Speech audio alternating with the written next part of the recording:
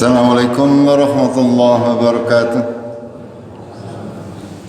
Alhamdulillah, segala puji marilah kita senantiasa panjatkan kehadirat Allah Tabaraka wa Ta'ala yang sudah memberikan nikmatnya kepada kita semuanya, yang sudah memberikan hidayah kepada kita, yang senantiasa memberikan apa-apa yang kita minta setiap hari, yang senantiasa memberi kita kesehatan, senantiasa memberikan segala sesuatu yang kita butuhkan dalam kehidupan ini dengan tidak memohon balasan apapun juga. Allah Maha Kaya atas seluruh alam. Allah tidak membutuhkan hambanya, akan tapi kita yang membutuhkan kepada Allah Tabaraka wa Ta'ala. Jamaah rahimakumullah, salawat dan salam marilah kita senantiasa panjatkan kepada Nabi sallallahu alaihi wasallam, karena setiap salawat yang kita panjatkan Allah akan membalas dengan 10 kebaikan atau bahkan lebih. Allah senantiasa memerintahkan kita untuk senantiasa memperbanyak salawat dan salam kepada Nabi Muhammad sallallahu alaihi wasallam yang kita harapkan syafaatnya nanti di yaumul qiyamah. Mudah-mudahan kita bersama beliau di surganya Allah Tabaraka wa Ta'ala. Jamaah rahimakumullah, kita masih akan lanjutkan terkait sirah Nabi sallallahu alaihi wasallam terkait peperangan Uhud. Kita sudah sampai di akhir daripada perang Uhud jalannya, di mana kaum muslimin yang tadinya memperoleh kemenangan di awal peperangan, akan tetapi karena mereka mendurhakai perintah Allah dan Rasulnya, sehingga mereka pada akhirnya mendapatkan kekalahan atau kerugian yang banyak. Kemarin sudah kami sampaikan, sedikitnya 70 orang sahabat radhiyallahu anhum mereka syahid mati di jalan Allah di dalam peperangan membela Allah. Kebanyakan dari mereka adalah orang-orang Ansar atau orang-orang yang berada di Madinah. Dan kekalahan ini sebuah pukulan telak bagi kaum muslimin, karena kaum muslimin adalah pada waktu itu sebuah negara kecil yang baru tumbuh, yang diintai oleh musuh-musuh yang sangat banyak. Seperti sudah kami sampaikan bahwasanya setiap ada orang-orang yang mendakwai atau masyarakat yang mendakwai dengan kebenaran, pasti akan terdapat banyak musuh-musuhnya, sehingga mereka berusaha untuk mengembalikan orang-orang atau kaum muslimin kepada agama-agama mereka. Akan tetapi Allah Tabaraka wa Ta'ala menolong hamba-hambanya. Sebuah pelajaran yang sangat berharga dari sirah Nabi, khususnya di perang Uhud ini, bahwasanya Allah Tabaraka wa Ta'ala senantiasa, walaupun tidak ada kaum muslimin yang menolong agama Allah, Allah berkehendak memenangkan agamanya, itu pasti akan terjadi. Walaupun kaum muslimin jumlahnya sedikit, kalau Allah menghendaki kemenangan, itu pasti akan terjadi kemenangan. Walaupun kaum muslimin itu banyak, akan tetapi kalau Allah tidak menghendaki kemuliaan, maka selamanya kaum muslimin akan rendah di bawah, menjadi manusia-manusia terhina, menjadi golongan-golongan yang tidak punya power di lingkungan masyarakat. Makanya penting untuk kaum muslimin istiqomah di jalan Allah. Tidak peduli berapapun jumlahnya, tidak peduli. Akan tetapi ketika Allah sudah memberikan kekuatan keimanan, Allah akan mengangkat derajat kita. Akan tetapi kalau kaum musliminnya, cara bahasa Jawanya mencela-mencele, ya, kata Rasulullah itu ibarat buih di lautan, ya, ketone akeh tapi langka. Itu ya kayak macan ompong. Berbeda dengan ketika Allah dan Rasulnya sudah menguatkan kaum muslimin, ya, dengan akidah yang kuat, dengan keimanan yang kuat, walaupun sedikit bisa mengalahkan musuh-musuhnya. Jemaah rahimakumullah, di antara pelajaran juga dari peperangan Uhud, di mana taat kepada Allah dan Rasul-Nya adalah sebuah keharusan. Apabila kita diperintah terhadap segala sesuatu, kita wajib mentaatinya. Ketika kita tidak mengindahkannya atau tidak menjalankan perintah itu dengan sebenar-benarnya, pasti akan ada dampak kepada kehidupan kita fid dunya wal akhirah. Ini pelajaran besar yang harus kita jadikan pelajaran dalam kehidupan di dunia ini.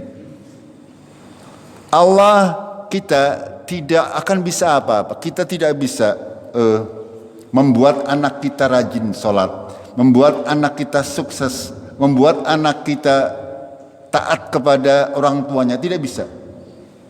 Itu semuanya murni karena Allah sayang kepada kita. Ini yang harus kita pahami, ya, yang harus kita akidai. Kita tidak bisa membuat itu. Allah yang mempunyai hati, yang membolak-balikan hati. Makanya minta kepada Allah agar kita diberi istri yang salehah, diberi rizki yang barokah, diberi anak-anak yang soleh dan salehah, diberi anak-anak atau keturunan yang senantiasa mau mendoakan kita besok ketika kita sudah meninggal dunia. Itu Allah semuanya yang mempunyai kekuasaan itu. Ini sebuah contoh yang sangat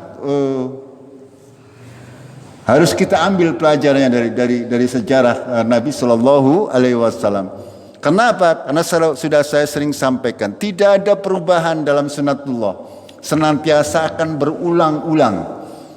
Akan terjadi seperti itu. Orang yang benar pasti akan mendapatkan kemenangan di akhirnya. Orang yang salah, orang yang curang, orang yang suka menipu, orang yang suka korupsi pasti akan ketahuan di akhirnya. Itu. Ini sudah jelas. Orang yang tidak amanah, ketika diberi amanah pasti akan ketahuan. Ya, walaupun mungkin kelihatannya sebentar, ya, orang-orang yang bergelimang harta, ya, orang yang bergelimang harta kelihatannya mewah. Orang nggak taunya di akhir kehidupannya dihujat sana sini, bahkan sampai di penjara. Itu adalah sunatullah, ya, akan terjadi dan akan terus terjadi. Kita harus ingat itu. Makanya penting kita untuk mempelajari sejarah umat-umat terdahulu. Para anbiya, para nabi, para rasul, para sahabat, mereka yang sudah benar di dalam kehidupannya, dijamin oleh Allah kebahagiaannya fid dunya wal akhirah. Mereka dijamin surga, sementara kita tidak ada jaminan. Kalau kita mau menjadi penghuni surga, maka contohlah kehidupan mereka. Artinya contoh prinsip-prinsipnya. Ya, kita tidak mungkin mencontoh mereka 100%. Kita semuanya punya kedudukan masing-masing sesuai dengan kedudukan kita dalam kehidupan ini. Kita prinsip-prinsip beribadahnya, prinsip-prinsip berusahanya, prinsip-prinsip pergaulannya, itu kita berusaha untuk mencari nilai-nilai dari kehidupan Rasulullah dan para sahabatnya. Ini penting untuk kita pahami. Pada kesempatan kali ini kita akan membahas ketika peperangan Uhud sudah selesai, ya, Allah menurunkan sekitar surat Ali Imran 121 sampai 180-an, sekitar 60 ayat terkait peperangan Uhud ini. Sebagai apa? Sebagai pelajaran bagi kaum muslimin. Ini, ya, di antara keistimewaan para sahabat, mereka diajari langsung oleh Allah dan Rasul-Nya. Kita yang ngajari sinten panjenengan ngajarinnya Bandungan kadang ngaji sudah mulai ngajak. Ini para sahabat ini yang ngajarin Nabi SAW dan Allah langsung, ya. Ketika terjadi peristiwa-peristiwa, Allah langsung menjelaskannya di dalam Al-Quran sehingga mereka bertambah keimanannya. Ini makanya para sahabat itu pilihan, manusia pilihan. Kita akan coba membahas terkait apa yang mau disampaikan oleh Allah Tabaraka wa Ta'ala ketika setelah terjadi peperangan Uhud. Hasilnya sudah kita ketahui, kaum muslimin kalah. Bahkan Rasulullah Shallallahu Alaihi Wasallam gigi serinya patah, pipinya itu berdarah. Ya, bahu kiri beliau terkena sabetan pedang. Ya, akan tetapi tidak sampai tembus, hanya sakitnya kata Rasulullah sampai 1 bulan terasa sakitnya. Ya, pada saat itu ketika orang kafir itu mereka mematahkan gigi Rasulullah sampai bersabda, tidak beruntung orang yang mematahkan gigi seorang nabi, seorang rasul. Rasulullah berkata demikian. Akan tetapi itu perkataan Rasulullah langsung ditegur oleh Allah. Dalam Al-Quran disebutkan, bukan urusanmu ya Muhammad, apakah yang mematahkan gigi seri mau diberi petunjuk atau dibiarkan tersesat. Itu langsung ditegur oleh Allah Tabaraka wa Ta'ala. Rasulullah ketika mengatakan demikian, bersabda demikian, tidak beruntung orang yang mematahkan gigi serinya Nabi Allah atau Rasulullah. Langsung ditegur. Laisa 'alaika hudahum. Ya. Atau dalam nanti disebutkan kurang lebih artinya, bukan urusan kamu wahai Muhammad. Perkara saya, Allah akan mengazab orang tersebut atau memberi rahmat kepada orang tersebut, orang yang sudah melukai Nabi.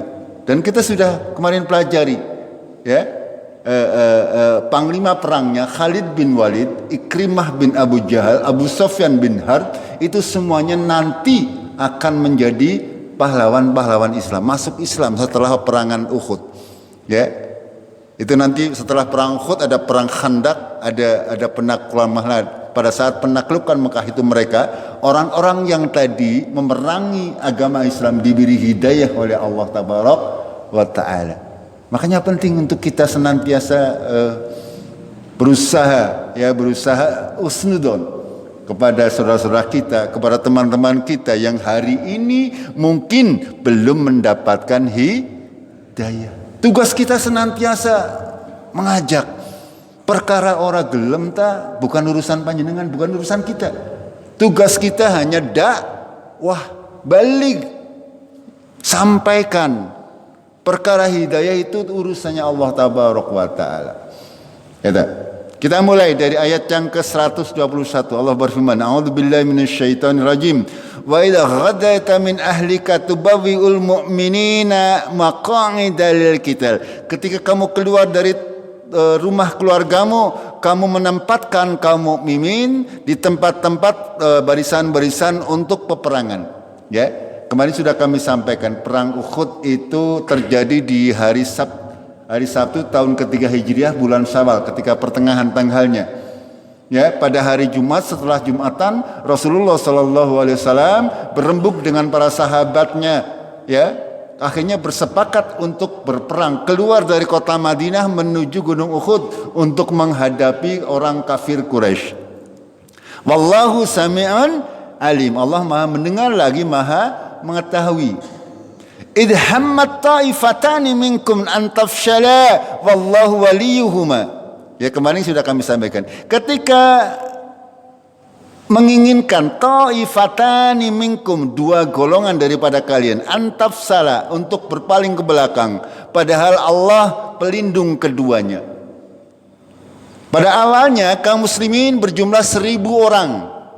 Akan tetapi ada 300 orang di tengah perjalanan keluar ke Uhud yang dipimpin oleh Abdullah bin Ubay, ya. Itu adalah golongan orang-orang munafik yang memeluk agama Islam karena ada keuntungan saja, tidak 100% keimanannya.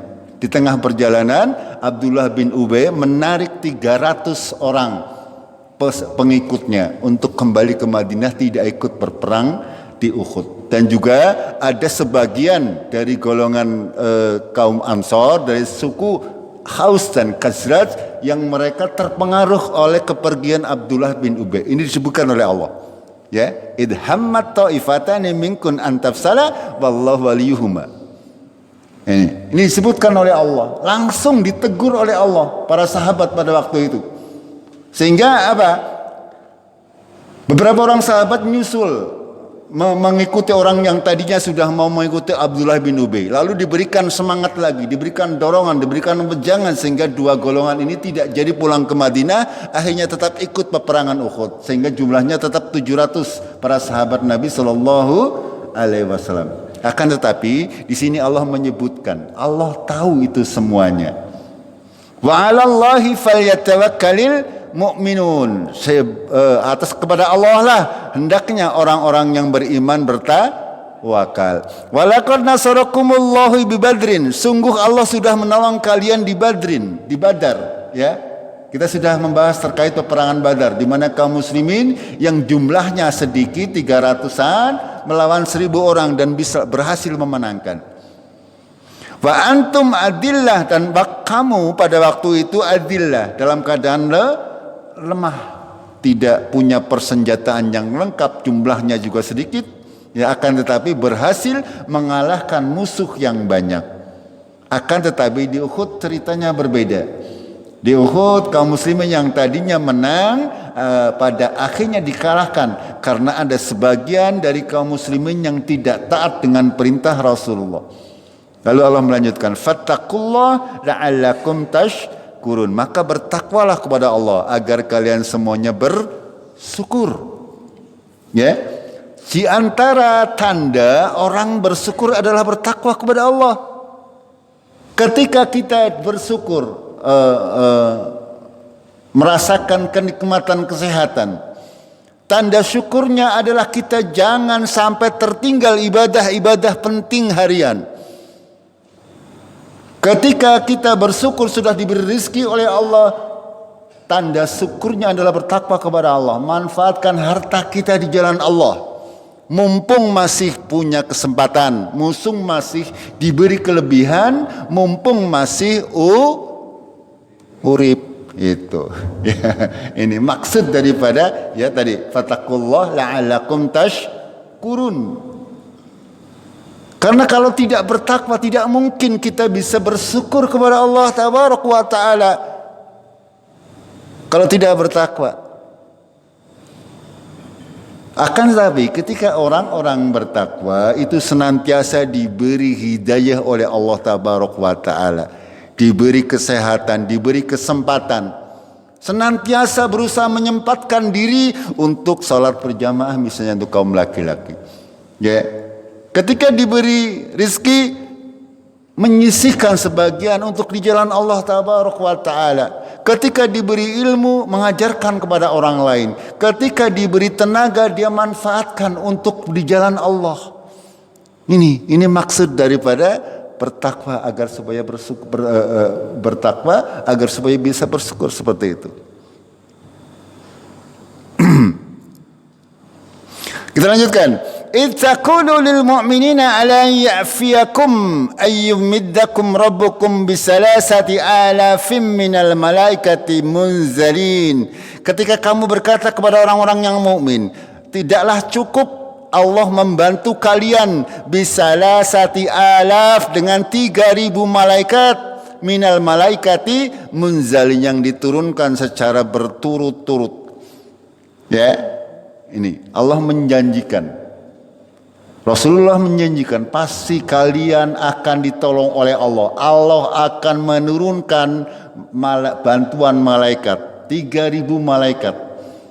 Musuhnya 3.000 diturunkan oleh Allah malaikat 3.000. Kemarin sudah kami sampaikan. Kaum musyrikin pada saat perang Uhud jumlah pasukannya 3.000 orang.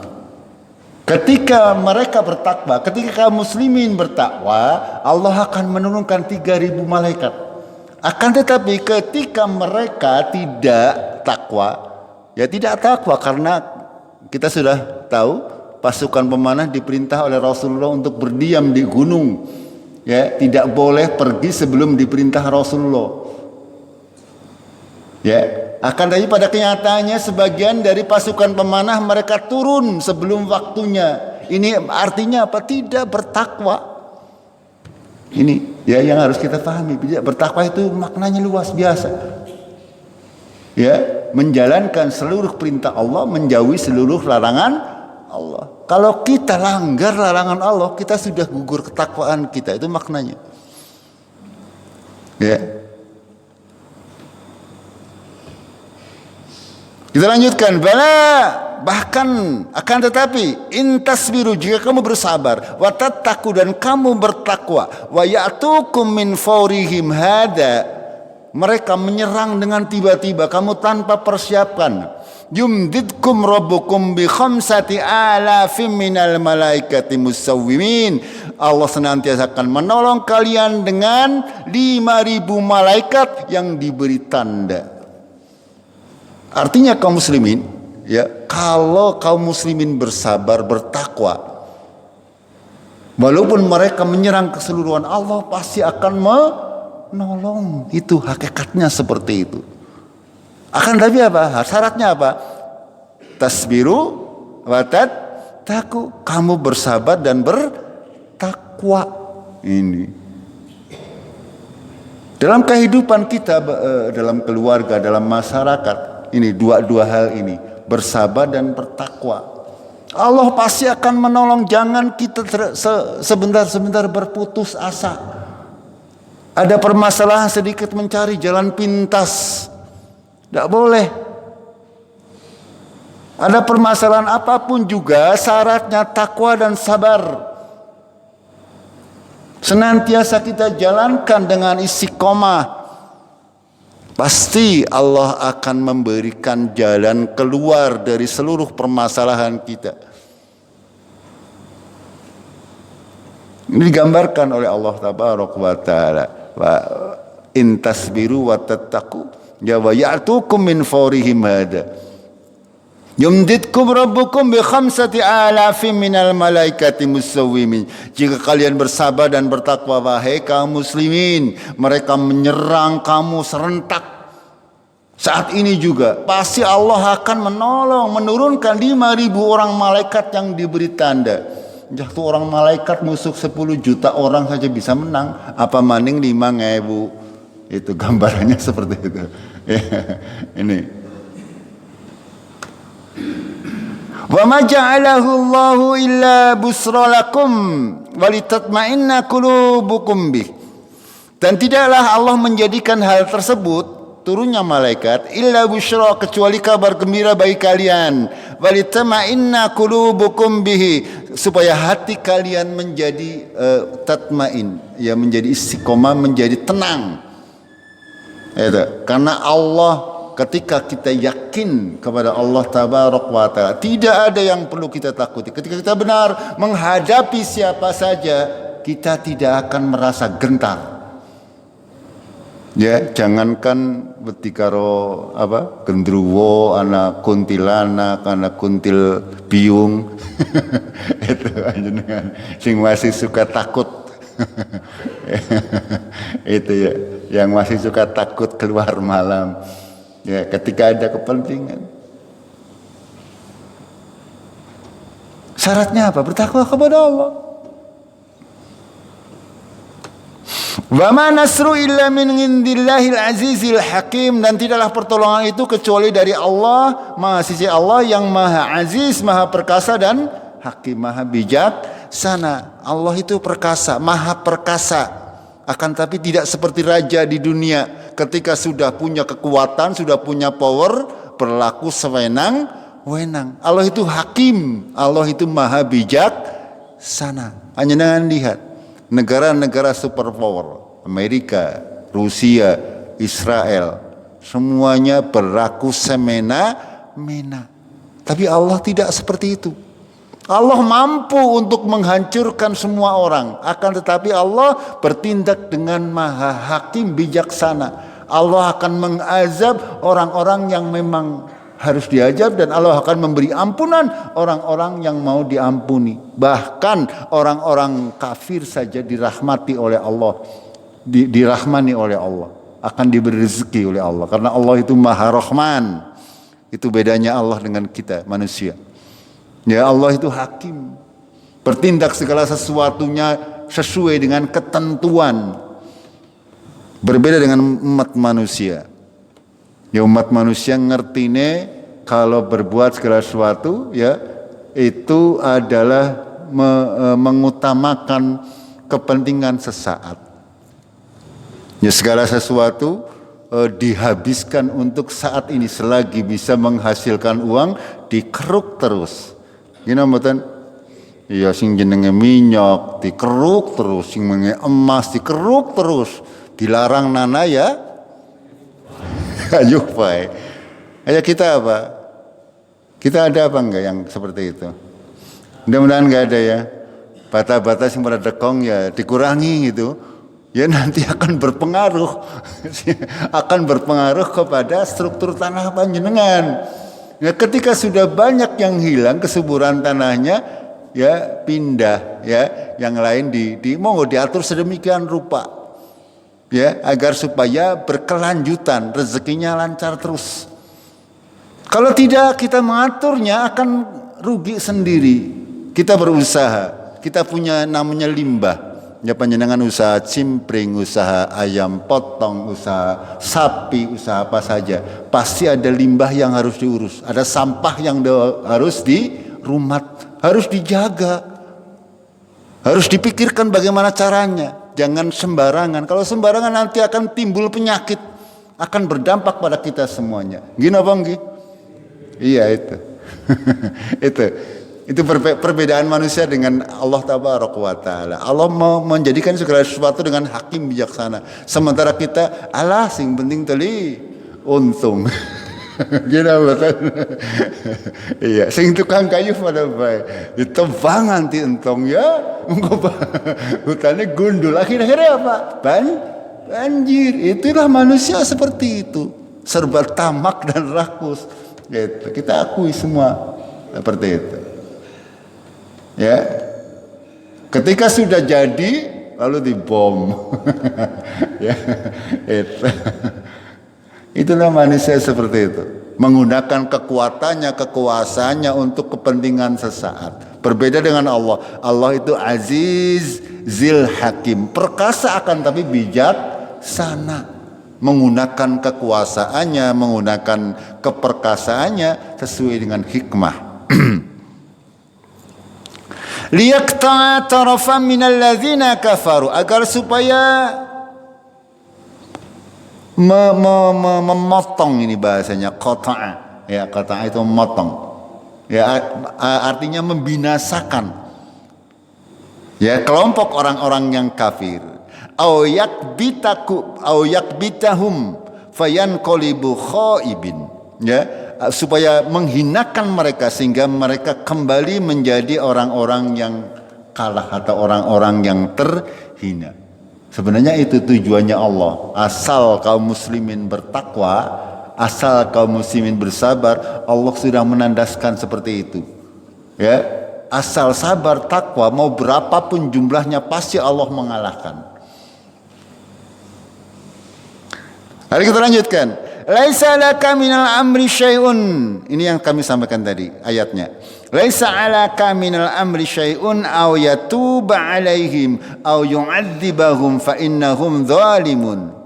Ketika Rasulullah di akhir peperangan Uhud, Rasulullah dikepung oleh pasukan Khalid bin Walid, sementara para sahabat berada di depan sedang kacau balau.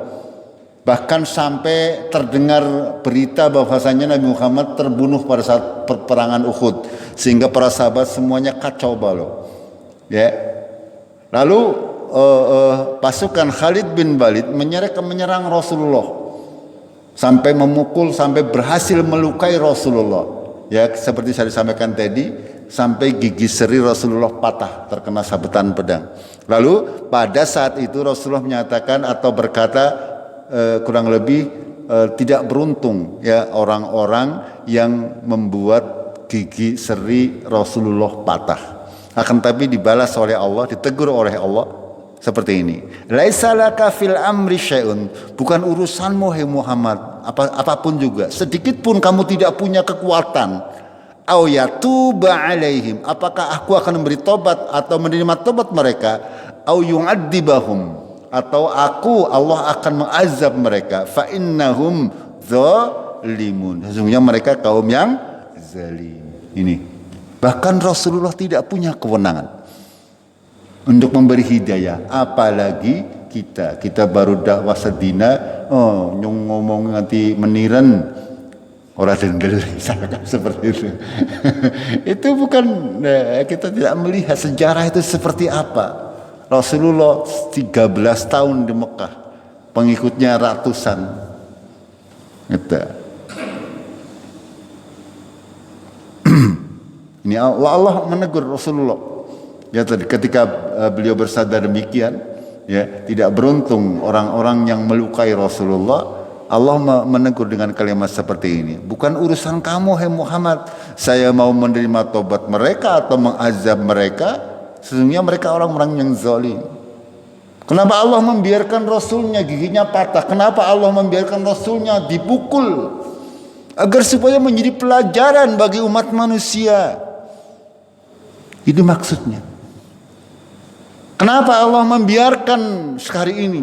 Ya, Palestina dibombardir oleh Israel. Kenapa demikian? Agar menjadi pelajaran bagi kita semuanya. Kenapa hari ini rata-rata orang Muslim tertindas, melarat-melarat maning. Sementara sing sugih wong kafir-kafir. Ya, ini semuanya adalah buat pelajaran bagi kita semuanya. Allah mengetahui itu semuanya. Pada waktunya akan ada zamannya ketika kaum muslimin berada di atas. Ini. Asal sabar, asal istiqomah di jalan Allah Tabaraka wa Ta'ala. Kebenaran pasti akan menemukan jalannya. Kalaupun tidak ada orang yang mendukung dakwah ini, Allah akan menemukan jalannya. Jadi jangan merasa punya jasa dengan agama ini. Ya, sudah membangun masjid misalnya, sudah berdakwah ke sana kemari, sudah mulang ke sana. Jangan merasa punya jasa. Kalaupun tidak ada yang bangun masjid, kalaupun tidak ada orang yang mulang ngaji, kalaupun tidak ada orang yang mau ngaji, Allah tidak rugi. Ini yang harus kita tandaskan. Kita tidak punya apa-apa. Kita yang butuh kepada Allah, bukan Allah abudu kana kita. Allah tidak butuh. Makanya Allah menegaskan di sini, walillahi ma fis samawati wa ma fil ard. Milik Allah semuanya di langit dan bumi. Yang kono wong siji loro telu kafir, misalnya tidak mau sholat, tidak mau infak, tidak mau sedekah, Allah Maha Kaya. Ini maksudnya. Ya. Milik Allah semuanya yang ada di langit dan bumi. Pirang ngerdeung rupiah ya. Yang ada di langit dan bumi. Itu semuanya milik Allah. Yang firu lima yasha wa yu'adzibu ma yasha. Allah akan mengampuni siapa yang Dia kehendaki dan akan mengazab siapa yang Dia kehendaki. Wallahu ghafurun rahim. Allah Maha Pengampun lagi Maha Penyayang. Ini. Lanjutan. Ittaqulu lil mu'min. Maaf, kita lanjutkan. Ya ayyuhalladzina amanu la ta'kulur riba ad'afan mudha'afah. Ya. Di antara perintah-perintah atau Uhud ini tentang mengisahkan tentang perintah Uhud, Allah menyelipkan ayat-ayat larangan tentang riba. Kenapa demikian? Karena sangat besar dosanya. Ya, nih saya sudah sering kami sampaikan dalam suratul Baqarah, alladzina yakuluna riba la yakumuna illa kama yakumul ladzi yatakhabbathu syaitanu minal mas. Orang-orang pemakan riba, mereka tidak akan berdiri nanti di yaumul qiyamah kecuali berdirinya seperti wong sing ketempelan syaitan. Ya, kayak wong mendem, kayak wong mabok. Fid dunya wal akhirah. Ya nang dunya kayak wong mendem, orang ngerti lor kidul. Itu pemakan riba seperti itu. Di surat Al-Baqarah. Ya. Ya ayyuhalladzina amanu taqullaha wa daru ma baqiya minar riba wa illam taf'alu fa'danu bi kharbin minallahi wa rasul. Wahai orang yang beriman, bertakwalah kepada Allah. Tinggalkan riba. Jika kalian tidak mau meninggalkan riba, lihat Allah sudah menabuh genderang perang dengan para pemakan riba, para pengutang yang ngutangi, yang nulis, semuanya diperangi oleh Allah. Apa orang wedi? Itu. Kaum muslimin semestinya takut kepada Allah. Sudah menabuh genderang perang dengan para pemakan riba. Maka di sini Allah mengulangi, menandaskan kembali, ya ayyuhalladzina amanu la taqulur riba. Wahai orang-orang yang beriman, janganlah kalian memakan riba ad'afan mudha'afa, yang berlipat-lipat ganda. Ya. Zaman sekarang. Ya. Negara miskin semakin miskin karena hutangnya, di samping hutangnya ada bunganya. Bunganya berbunga lagi, bertumpuk-tumpuk. Bangsa Indonesia tayang nyicil-nyicil bunganya apa pokoknya. Bunganya, yang dicicil bunganya.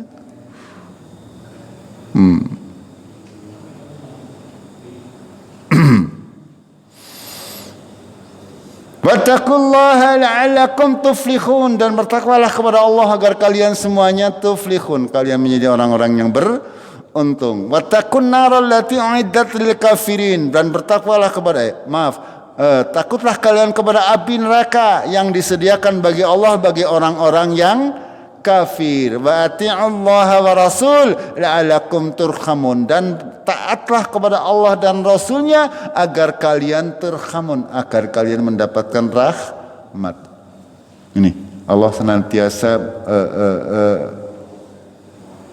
memerintahkan kepada kita, ati'ullah wa ati'ur rasul. Kalau kita tidak taat kepada Allah dan Rasulnya, pasti kita akan kebalikannya, tidak akan mendapatkan rahmat. Apapun yang kita kerjakan di dunia ini, yang utama adalah rahmat dari Allah. Keridhaan Allah yang kita cari, bukan banyaknya, bukan segala macamnya. Ya, harta yang kita cari, jangan cari banyaknya. Cari keridhaan Allah dalam harta tersebut. Ini yang harus kita imani, harus kita yakini dalam hati. Sedikit tapi diridhoi oleh Allah itu lebih baik daripada banyak tapi tidak diridhoi oleh Allah. Ini yang harus kita imani. Wasari'u ila maghfiratin min rabbikum, dan bersegeralah kalian kepada ampunan dari Tuhanmu. Bersegeralah, Allah menyatakan bersegeralah. Kenapa harus segera?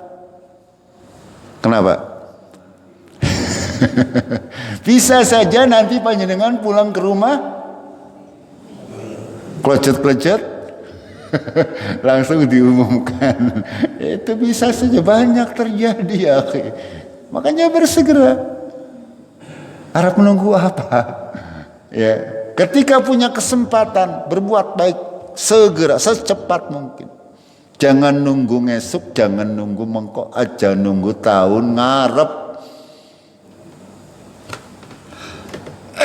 Karena belum tentu kita sampai maksudnya. Ya.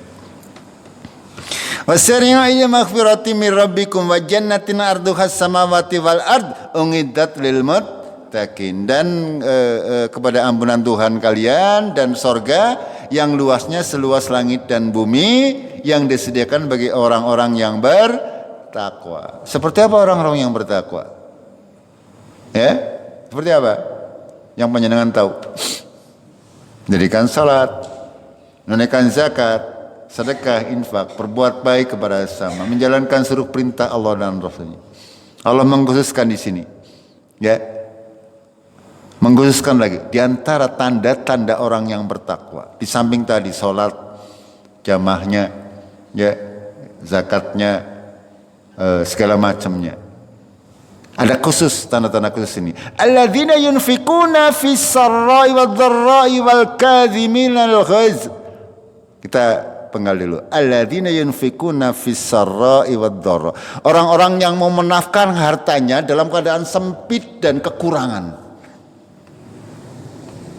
Ini di antara tanda orang-orang yang bertakwa itu, ya, kalau mau infak itu tidak nunggu berlebih. Nyong Arab melu korban gertu dia nyong 5 bisa nasa ke juta, kapan bisa? Gini betul. Ini contoh ya. Nyong arep gelem infak masjid lah, ngongker duit nyong wis ana nang tabungan 100 juta ta ya kayaknya 1 juta enteng.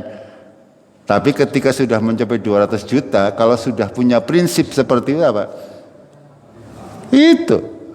Makanya di antara tanda orang-orang yang bertakwa, alladzina yunfikuna fis-sarra'i wad-dharra.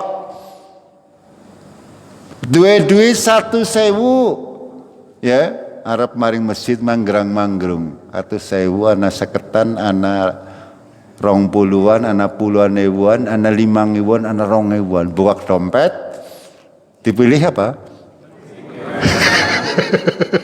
Sing dipilih sing 2.000. Ini tidak memenuhi kriteria ini. Ya. Ya minimal ya sing 10 atau sing 20 sepatut. Itu. Ya. Ini di antara tanda-tanda orang yang bertakwa itu seperti itu. Alladzina yunfikuna fis-sarra'i wad-dharra. Itu. Walaupun dalam keadaan pas-pasan masih tetap infak.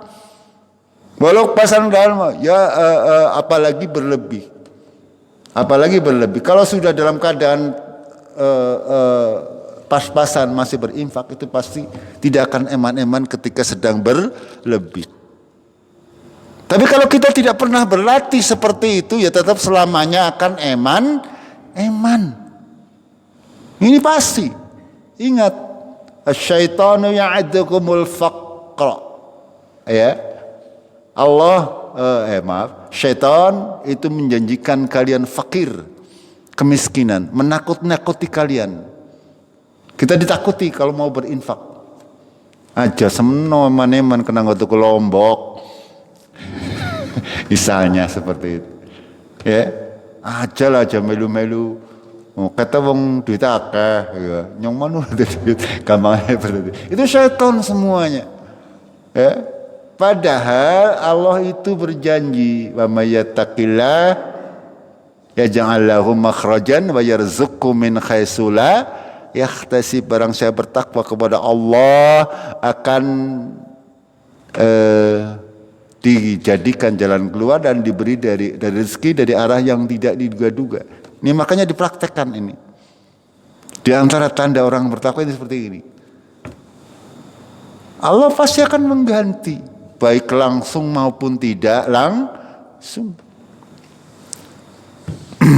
Apalagi tandanya wal kaziminal ghaiz, ya, yang suka menahan marah, ya, tidak mudah marah ketika ada permasalahan diselesaikan dengan cara rasional, ya, tidak pernah mengumbar emosi kepada siapapun juga, ya. Ketika sedang marah, dalam Rasulullah menyampaikan seperti ini.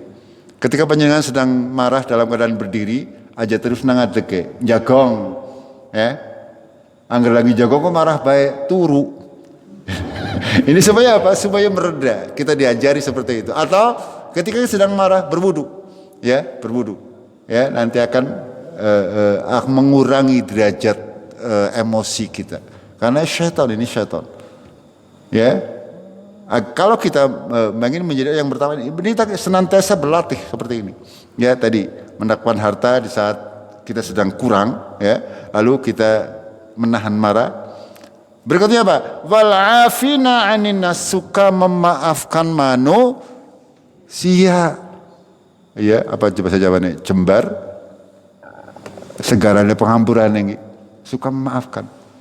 Jangan pelit-pelit. Gusti Allah, Allah saja maha pengampun lagi penyayang. Panjenengan kalau kepengin diampuni oleh Allah, maka ampunilah kesalahan-kesalahan orang lain, maafkan mereka semuanya. Jangan mudah untuk mendendam. Salah semending temut-temut tekan. Itu sifat manusia seperti itu. Itu Allah maha pengampun lagi maha penerima tobat. Perhatikan ini, ya, dalam sejarah perang Uhud, perang Badar, Khalid bin Walid yang sudah memimpin pasukan sehingga mencelakai Rasulullah, pada akhirnya diberi hidayah oleh Allah dan menjadi pejuang Islam yang sangat tangguh. Ikrimah bin Abu Jahal, anaknya Abu Jahal, bapaknya sudah jelas masuk neraka. Akan tapi pada akhirnya Ikrimah bin Abu Jahal diberi hidayah oleh Allah untuk menjadi pejuang agama Islam. Itu seperti itu. Wallahu yuhibbul muhsinin, dan Allah mencintai orang-orang muhsin. Ya, orang muhsin senantiasa berusaha melebihkan. Muhsin itu tidak standar. Kalau memberikan, kita diberi 100.000 misalnya, maka kita membalasnya ya minimal 100 sewu tambah 2.000 lah. Kalau 100.000 itu berarti kita hanya orang baik, orang baik. Tapi kalau muhsin senantiasa akan membalas lebih dari yang kita terima. Itu muhsin. Ya. Kita senantiasa berusaha untuk menjadi yang terdepan di dalam kebaikan-kebaikan. Ya, orang umum yang di muka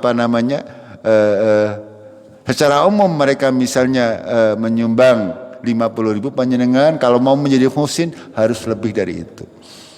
Ya, dalam urusan ibadah juga seperti itu. Orang-orang muhsin senantiasa ketika berjamaah kepenginnya di saf yang pertama, bersegera, orang linde-lindean. Itu. Ketika segala sesuatu terkait urusan ibadah berusaha menjadi yang terdepan. Itu muhsin.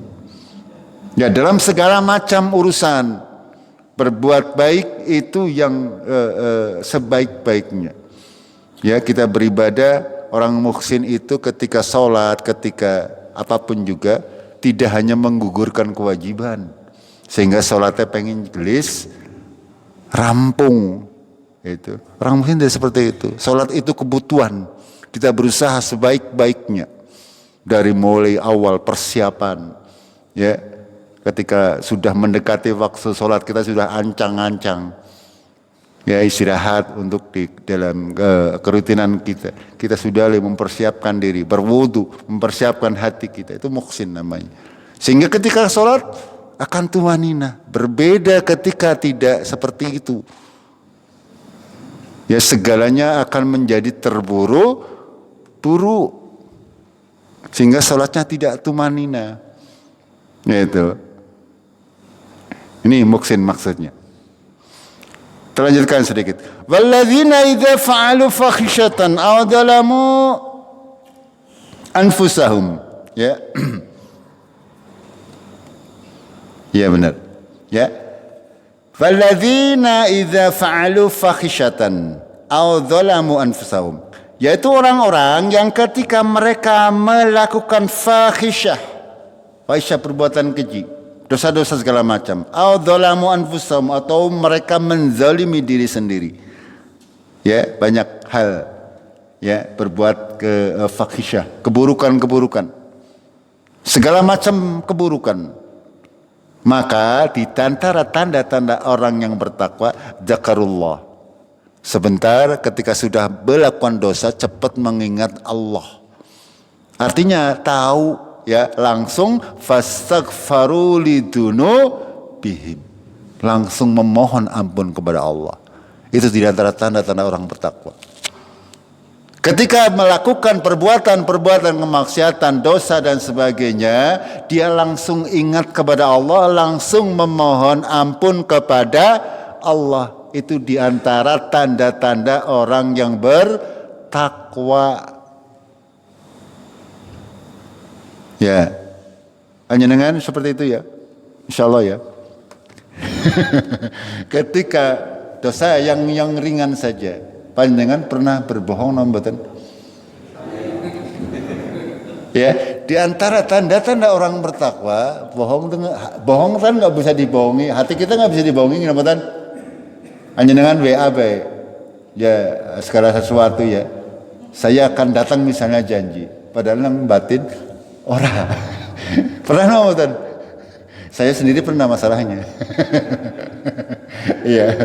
Kadang karena orang kepenak ya seperti itu. Tapi itu pada hakikatnya itu di sebuah kebohongan yang hati kita sendiri mengakuinya. You know betul? Makanya ketika masih punya hati seperti itu, alhamdulillah, berarti ngerti toh. Ya begitu. You know betul? Karena banyak orang yang tidak mengerti dosa, berkata bohong itu kepenaka dewa. Tidak merasa bersalah, tidak merasa berdosa. Ya, berbuat kebohongan, berbuat curang tidak merasa salah. Wonten mboten? Banyak. Ya banyak. Orang korupsi tidak merasa salah. Orang minum anggur tidak merasa bersalah, oh, minum anggur kebanggaan. Berjudi, ya. Oh, pasang togel, pasang slot sekarang ya, togel udah nggak ada. Judi online, ya. Itu tidak merasa berdosa banyak. Orang makan riba banyak, lonyong utang butuh. Ana sing ngutangi gelem rito maning. Jawabannya seperti itu. Kan sama-sama untung.